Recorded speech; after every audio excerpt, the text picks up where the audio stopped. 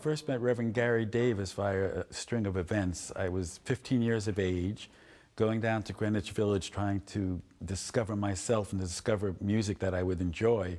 And the center was the Folklore Center in Greenwich Village, run by Israel Young.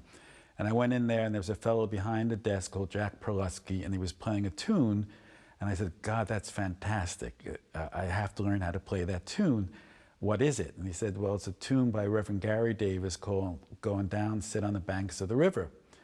Reverend Davis's name meant nothing to me at that time.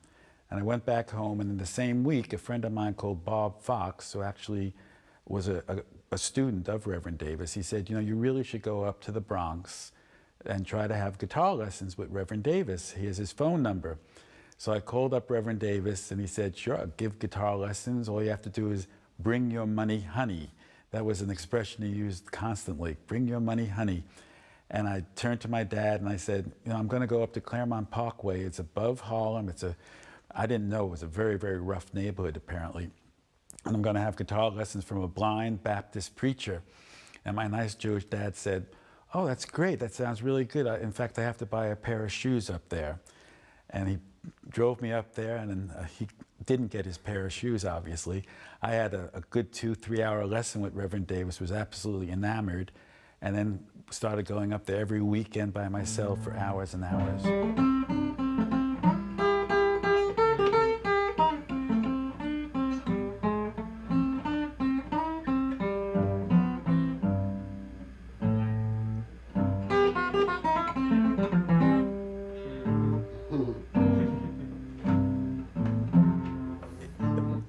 At that time, there were there wasn't an excess of recordings of Reverend Gary Davis. There was basically Harlem Street Singer had come out. And so I bought that record, and I started going down the list of songs on that record that these were the tunes I would want to learn. And I would go up to Davis with that list, and he would show me the tunes one at a time. But at the same time, he would start showing me other tunes, or he would start playing other tunes. But the atmosphere, the warmth, something about this shack, this little shack in the middle of a horrible neighborhood, there was such a warmth of humanity, warmth of Reverend Davis and Annie. It was just such a fantastic feeling for a little 15-year-old Jewish boy who didn't have grandparents. And so there was really a love for them as sort of grandparent substitutes in a way. But there's also something about Southern blacks that it's a down to earth, a real quality. So on one hand, there was this incredible genius musician, and who was really eager to teach me.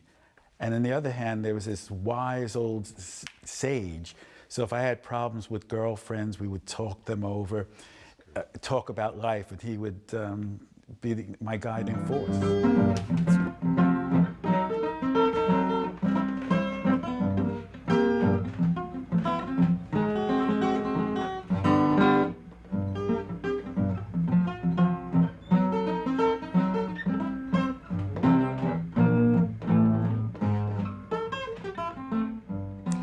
Well, you have to remember, we're talking 1961, 62.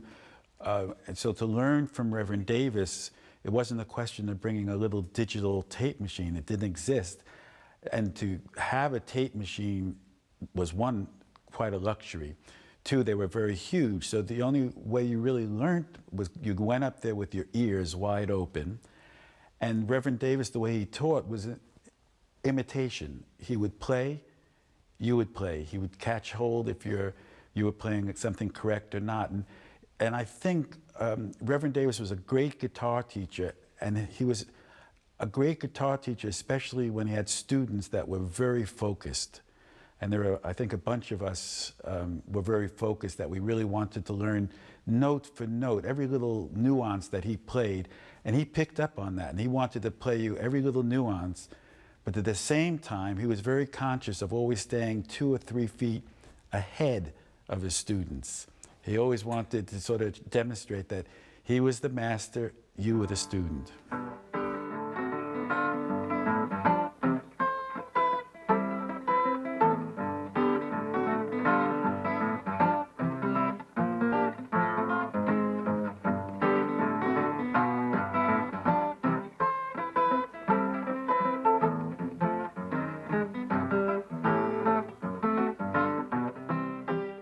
You know, when I was going to Reverend Davis's house, I wasn't too conscious of improvisation. I was trying to learn these arrangements, and a lot of the arrangements of his religious tunes that were on the early Prestige records, like Holland Street Singer, A Little More Faith, there's not that much variation from every time he would play them. There's sort of a basic structure. But when he started getting into playing ragtime tunes or what he called old-fashioned tunes, there would be sort of this constant sea of change happening, and you sort of would grasp hold of it in terms of variations. But also remember, as you're learning from Reverend Davis, he has a big White Owl cigar, so you have to picture this. And White Owl cigars really stank. And he has a big White Owl cigar, and a big ash is accumulating at the end of this White Owl cigar.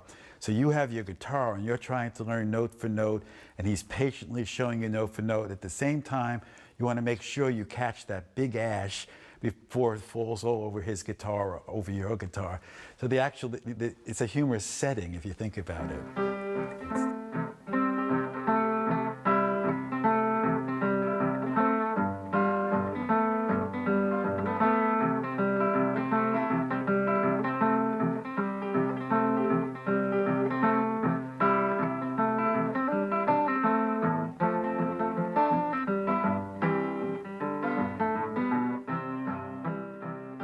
Reverend Davis, he always thought of himself as the best guitar player there was. And when you asked him about other guitar players, he was pretty derogatory about, his opinions were very heavy. So when you asked him which guitar players he liked, he would say Blind Blake was a great guitar player, had a sporting right hand. If you asked him about Blind Boy Fuller, he said he would have been good if he stayed with me longer, because he apparently taught Fuller a certain amount of material. But Reverend Davis's style is not as easy to pigeonhole as a Blake, as a Fuller, as the other general country blues guitar players, because his technique and styles go over such a wide range of music. So if you're interested in Blake, he had all these ragtime tunes. I remember I brought up Mississippi John Hurt to his house, and we had a great afternoon. And then the next day I went up there, and he said, "Did you like John Hurt's music?" And I said, "Yeah, I loved it." And he looked at me and he said, "That's old-fashioned picking." And what he meant by old-fashioned picking was, you know, literally that's the way they used to play it. That's out of date. And as a student, what we would do, or I would do, whenever he would say things like that, I would say, "Well, can you do old-fashioned picking?" And then all of a sudden, he would play all these tunes that he learned 1905 to 1910 when he was just beginning to play guitar.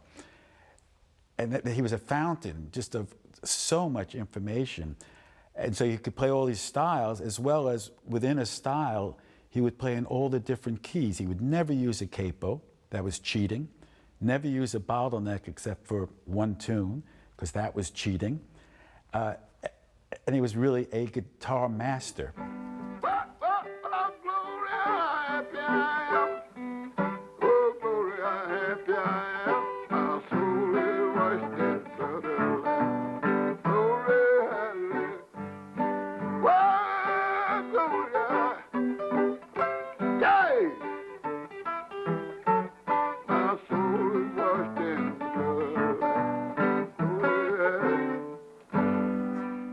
Reverend Davis's playing of gospel music is interesting because on one side he would play a tune like "I Belong to the Band," where he literally, when he was teaching that, would say, "This is going to be the singing in church of the men and the women." So the men sing this, and he would play that part on the guitar, and then the women would sing this, and they play that part on the guitar, and sort of putting it all together, and then when they're singing together. But then he had tunes like "Crucifixion," which is a sermon. It's basically, he's up there, and in fact, if you wanted him to play "Crucifixion" at home, he would say, no, it takes too much out of me, it's too much energy. And so that type of tune, or Samson and Delilah, where he's telling a story, that's another different way.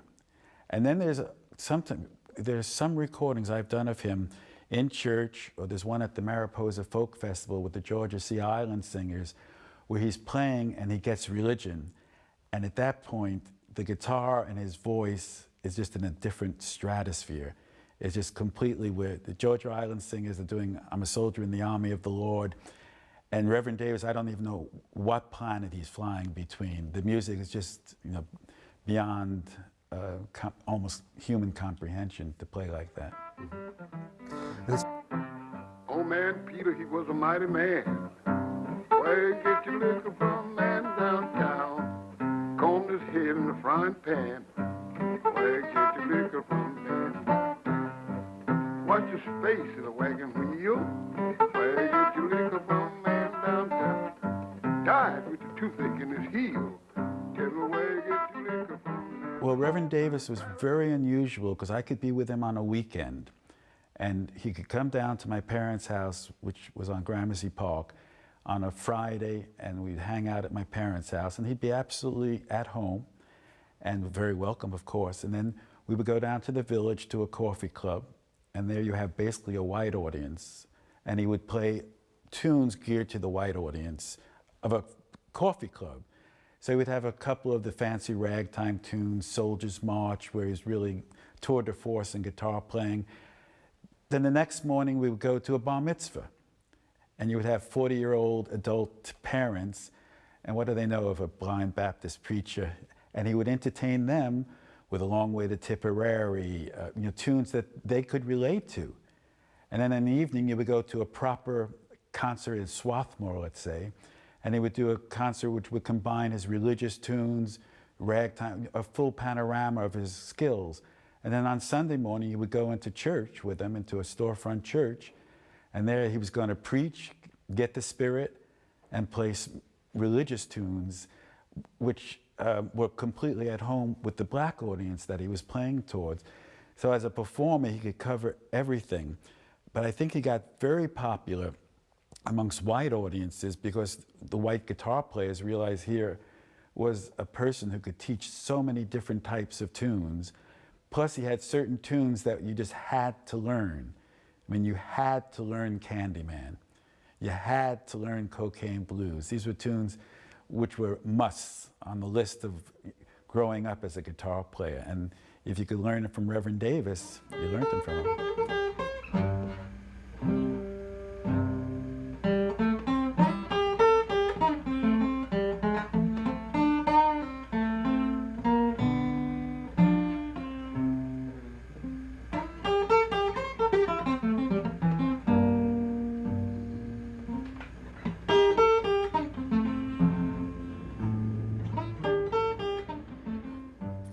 Reverend Davis's playing of blues music is strange because when he plays, if you listen to his recordings, when he plays gospel music, he is out there. I mean, he is full soul.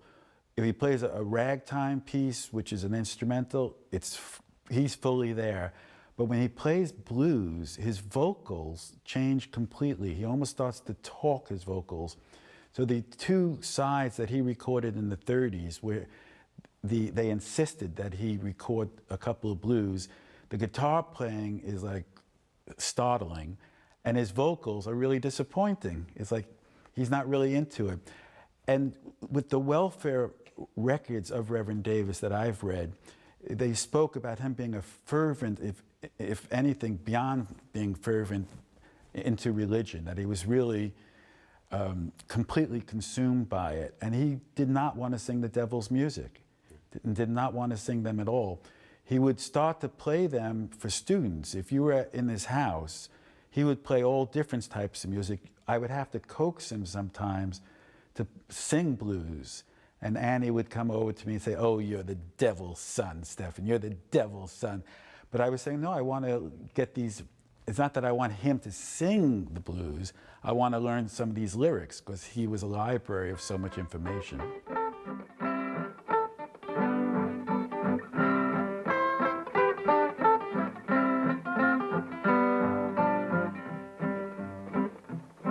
I had a little girl and she wouldn't say quit. She wouldn't say quit. She wouldn't say quit. I had a little girl and she wouldn't say quit. Oh, please don't tell nobody.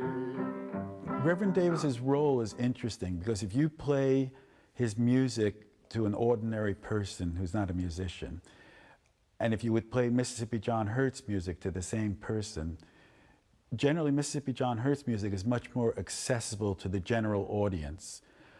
Reverend Davis's music, I like to think of it as almost opera. There's so much happening. In fact, if anything, there's too much happening for the ordinary listener.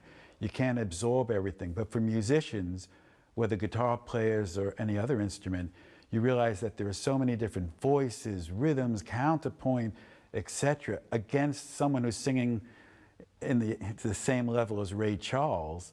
And so his vocals are something to be studied, as well.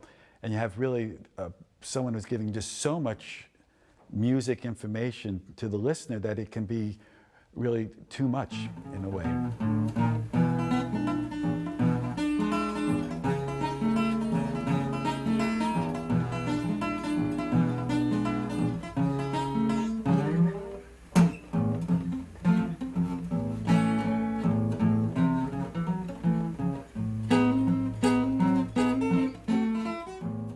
Reverend Davis moved to New York in 1949, and a little bit above New York City, because Annie got a job. So they moved from Durham, North Carolina, to not upstate New York, but a little bit above New York City. And Tiny Robinson somehow got connected with Reverend Davis, and Tiny was Leadbelly's niece.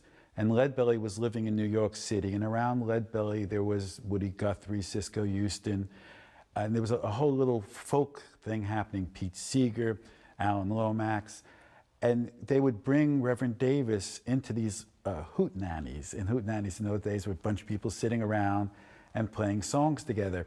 So he sort of became part of the New York folk scene. Everyone knew he existed. At the same time, he was still singing on the streets of Harlem. Eventually, some of his tunes became popular or popularized, his arrangements of some of the tunes, by some of these groups that grew out of this folk revival. Peter, Paul, and Mary did Samson and Delilah, and they went up to him and said, "Oh, Reverend Davis, is that one of your tunes?" And of course he said no. He had learned it from a Blind Willie Johnson record, and they said, "Okay, it's one of your tunes." And they credited Reverend Davis with it. At the same time, Candyman had become a staple of many, many folk singers, Dave Van Ronk, Rambling Jack Elliott. And these were people that would usually say, "I learned this tune from Reverend Gary Davis." And Candyman was not a hit, was never on a hit record, but it was definitely a big hit amongst the folk revival musicians. It was a tune you had to play. So the name of Reverend Davis was always out there. He was almost taken for granted in a way because he was always available. It wasn't like a Son House that all of a sudden was rediscovered, or a Mississippi John Hurt that was rediscovered. Reverend Davis was always there. He never disappeared, never disappeared. And Brownie McGee moved up from Tennessee to New York, and he was living in Harlem, and he had a school. And Reverend Davis used to teach at the school as well, and he was friendly with Brownie. And he was always there. So there was no like great moment of discovery. Oh, here's this musician no one knew about. Everyone always knew that he existed. One day I was walking along, I heard angels singing, I heard a voice in the soul no one, heard angels singing. What you ringing, he said to me, I heard angels singing, my sins are forgiven and my soul set free. I heard angels singing. When I would go to church with Reverend Davis and Annie, whereas at home Annie would say I was the devil's son, when I would go into a storefront church and there would be 30, 40 elderly black people there, I was always introduced, and I'd be there with a tape machine. I was taping the service, and Reverend Davis would say, "Well, I brought Stefan, he's my humble white friend." That's the way I was introduced. And I would just sit there listening with my headphones on at the service. And again, it was another world to me, but it was a world that was real. It was people getting in touch with something that was, I was not familiar with. But there was no presumptions, there was no nothing. These people, their feet were on the ground. And so to me, it was a very exciting and intense experience as a young man. Was the congregation a small congregation, large? The congregations at these churches were always small. I must have gone 3 or 4 times, and it was always 20 to 30, 40 people. It was never, and it was a storefront church in the sense that it wasn't his church. He was invited for that Sunday to preach. And he would get up and in fact, I want to release some of these on CD because you hear his religious music in the context that it should be heard, which is he's preaching a sermon, and then he'll go into a song, and he'll go back to his sermon and go into another song. So the music was really part of his message.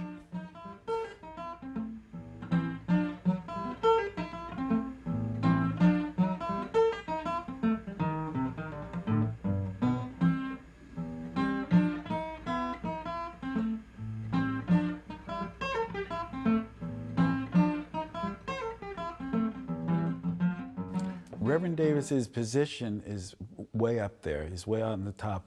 One, because he's one of the few musicians that we have been able to document and see his repertoire. I would use the word complete, but every year I'll receive a tape from somebody who Reverend Davis stayed at their house, and they taped him at night at a party or whatever, and there'll always be another song that I had never heard him play, which always, boggles my imagination. So in that sense, he's really quite unique. But when I wrote my first book on Reverend Davis, the editor, who had nothing to do with this type of music, he was into classical music, it started with an interview with Reverend Davis. And he had read it, and then he spoke to me, he said, boy, this man is like the Stravinsky of blues American roots guitar playing.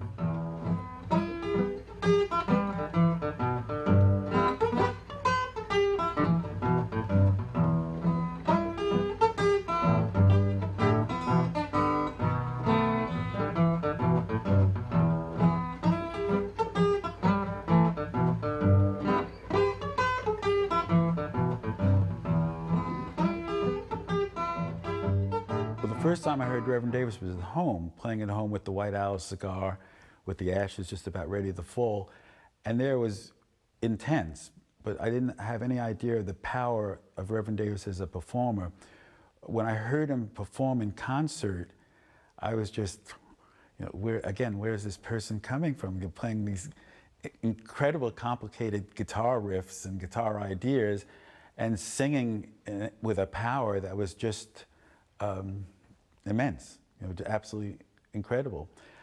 And then hearing him further on, seeing how he could perform and take a song, bring it to an audience, and have them laughing, dying laughing. Hesitation Blues, Baby Let Me Follow You Down, Long Way to Tipperary, or taking a tune without words like Soldier's March and play that for an audience, and the audience just being captured by the sound effects that he was producing on the guitar. It was, even nowadays when I listen to his records, it just sends chills up and down my spine. If you listen to some of the tunes, God's Going to Separate, I Decided to Go Down, Crucifixion, it's as if a regular human being wouldn't be able to play that type of stuff. Arlene! Yeah, what? Arlene! Want some dinner, please, ma'am? Doggone your time, man. Give me some dinner here now.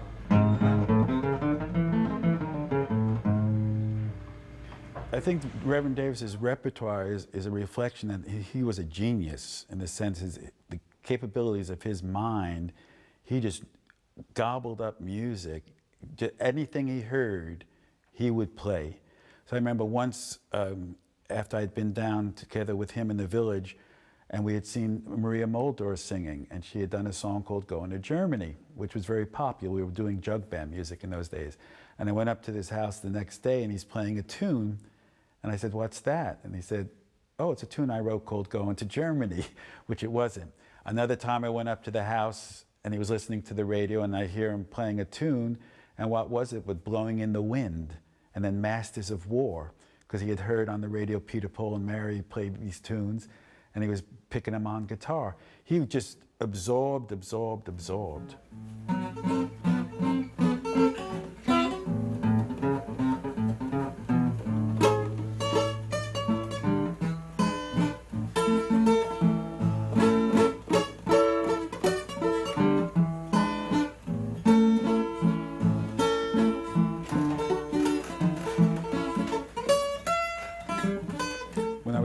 Reverend Davis, he said specifically to me, you can't perform. You can only go out to perform when I tell you. And I said, whoa. I said, why? And he said, because you're bringing my name with you. And that has stuck with me all the time, you know. It's the real student teacher, the responsibility that you have as a teacher to the students. So when I'm teaching, I take the responsibility rather seriously. Yeah, here come the man, get out the way. Slip up. Woo!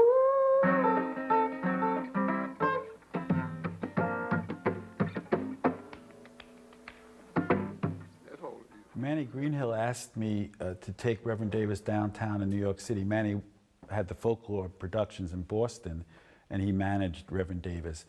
And he asked me to take him down to get a cabaret license in order to play in different clubs in New York City. So there I am, an innocent, I think I was probably 17 at that time, and I take Reverend Davis down, and of course he's blind, so I have to fill out the forms, and I fill out the forms, the name, and when you're born, and all this material. And when it came to, were you ever arrested, I didn't even think of asking him, because this is my Reverend Gary Davis. You know, Reverend Davis was never arrested, so I put down no. So what should have taken a half an hour, 6 hours later, we're still waiting, and then we finally get called up to the office, and the gentleman says, you put down, Reverend Davis, that you were never arrested. And I said, oh yeah, I did that. And he said, well, that's not really true. Reverend Davis has been arrested several times for pulling out guns. And I looked at my Reverend Davis and I said, oh my goodness. So then we got that cleared up. And I thought, first of all, Manny should have told me, you know, gave me a heads up on that, but maybe he didn't know. And it turned out Reverend Davis, when he lived in New York City, and then when he lived in Queens, he used to have a gun, and he several times pulled it if he felt that people were going to rob the house or something was in danger. And he was arrested, I think 2 or 3 times. Where you get it, I tell you? Oh, you're staggering. Tell him where you get your liquor, say. Where you get it?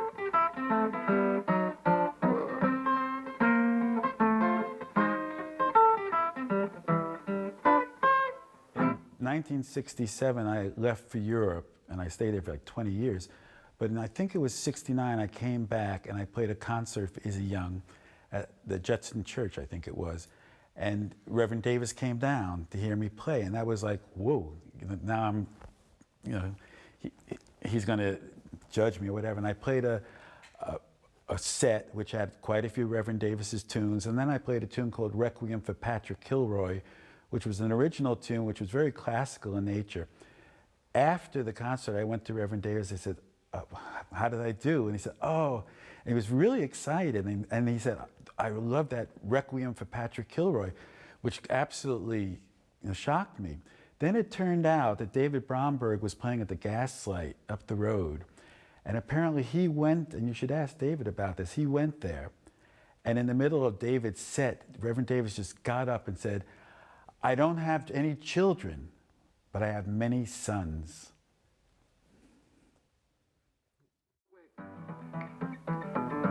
If I had my way,